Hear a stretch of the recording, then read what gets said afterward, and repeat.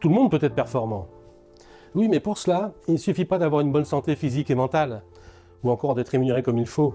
La condition indispensable à la performance, c'est avant tout un bon équilibre intérieur, un bon alignement. Et au-delà de la maîtrise de son travail, avoir confiance en soi, savoir décider et susciter la motivation autour de soi, tout cela devient plus simple pour qui a trouvé la recette de cet équilibre. Et cette recette, on la trouve en apprenant à se connaître soi-même.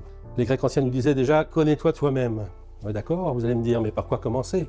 On entend souvent des petites phrases du genre « oui, je me connais, ça va encore m'énerver » ou « je vais encore avoir peur » ou « je ne vais pas pouvoir me retenir de rire ». Mais finalement, on se connaît aussi bien qu'on connaît les réactions de son propre système émotionnel. Alors plutôt que de le subir, ce système, peut-être est-il préférable de s'interroger sur les mécanismes en jeu, d'identifier leurs déclencheurs et d'anticiper leurs effets sur nos émotions et sur nos comportements. En fait, il s'agirait de rendre conscient l'inconscient, pour parler technique.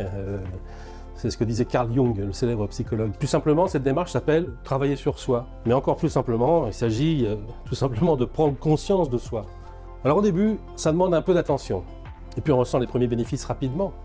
C'est comme le vélo. Il faut d'abord comprendre un peu la mécanique avant d'en maîtriser les réglages, et puis de pratiquer les yeux fermés. Et une fois acquis, les bénéfices sont permanents. Comme faire du vélo, ça ne s'oublie pas. Sachez que plus nous avançons dans la connaissance de nous-mêmes, plus nous avons besoin de consacrer du temps à ce qui donne du sens à notre vie. Vaste question que celle du sens, n'est-ce pas? Peut-être vous souvenez-vous de la façon dont les Monty Python ont traité le sujet. Always look at the bright side of life. Vous vous souvenez, la chanson sifflée par les condamnés à mort? Avant de nous tuer à la tâche, on n'est pas condamné à mort, mais peut-être faudrait-il concentrer nos recherches sur ce qui intéresse aussi en premier lieu nos employeurs, parce que c'est quand même eux qui nous payent. Comment retrouver le sens et la motivation au travail?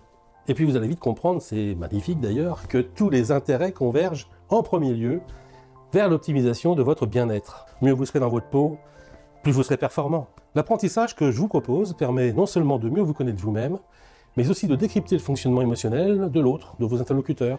Il se déroule selon une série de 7 rendez-vous consécutifs, dont voici le programme.